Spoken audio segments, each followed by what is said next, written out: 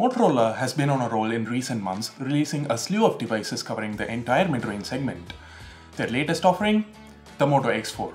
Released in IFA Berlin, the Moto X4 is Motorola's latest stab at the mid-range market with a mix of affordable pricing, sensible hardware, and some really unique media-centric features.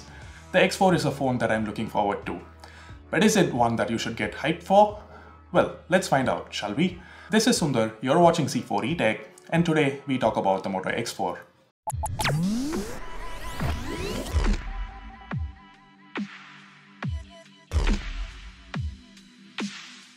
So those of you who have been avid fans of smartphones for a while now may remember a time when Moto was owned by Google and they were producing some really groundbreaking products.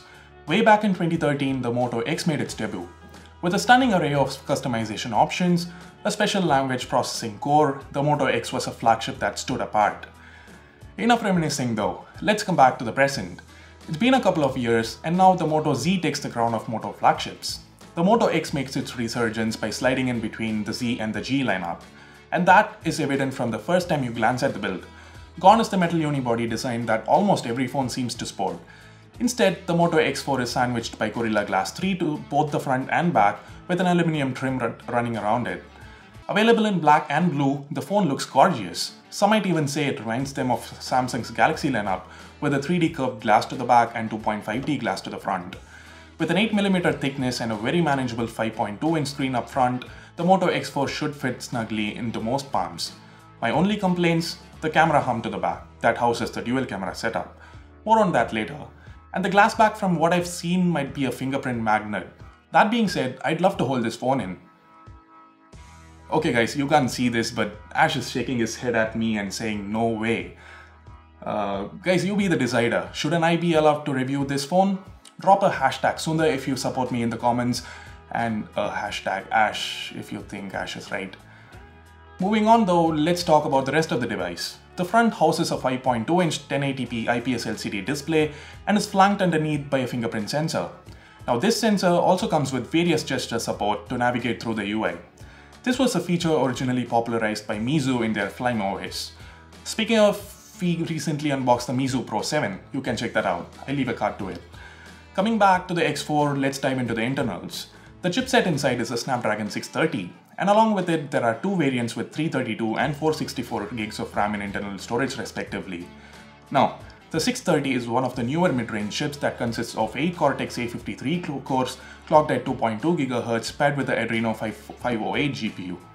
This is a capable package and should provide decent performance for day-to-day use and even handle some intense gaming sessions.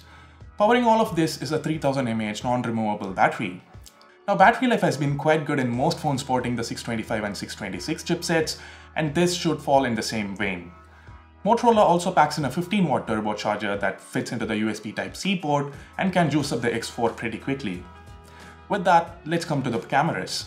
While most of the specs till now have been fairly competent, this is a media-centric device after all, and the optics is one of those segments where the X4 shines. At the back, we have a dual camera setup with one 12MP and another 8MP sensor. Taking a leaf out of LG's book, the secondary camera is neither a monochromatic sensor nor a telephoto lens. Instead, it's a wide-angle camera with a 120-degree field of view and a f2.2 aperture. It complements the primary camera that comes in at 12MP with dual pixel autofocus sensor and a 1.4 micron pixel size. Despite that, the absence of OIS as well as the relatively narrower aperture of the primary camera at f2.0 means that low-light photography might suffer. We'll have to check that out. And speaking of things we have to check out, Motorola has packed in a plethora of depth effects, black and white photography, pro mode, selective focus modes, and a whole lot more into the camera app.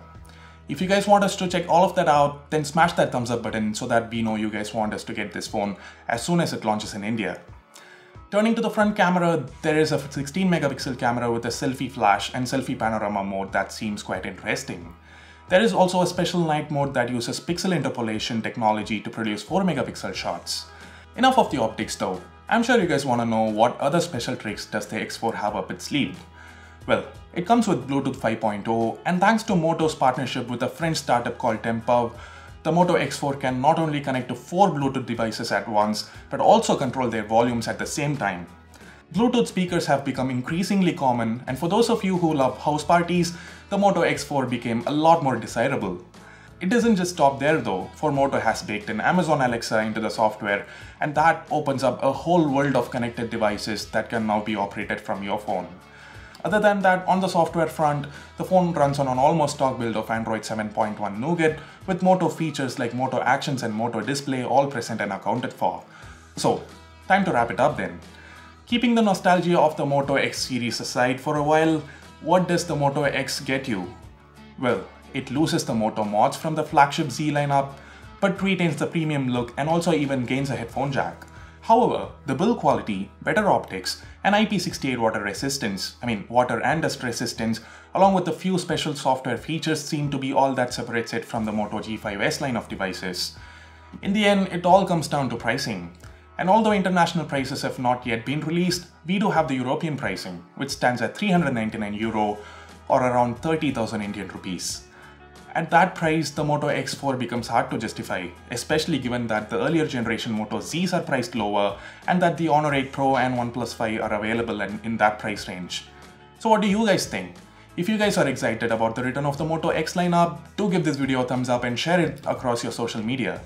And if you didn't like this video, you know what to do, but if your feelings for this phone are too mixed to be limited to a binary response, head on down to the comments. I can't wait to talk to you guys about all things Moto X4.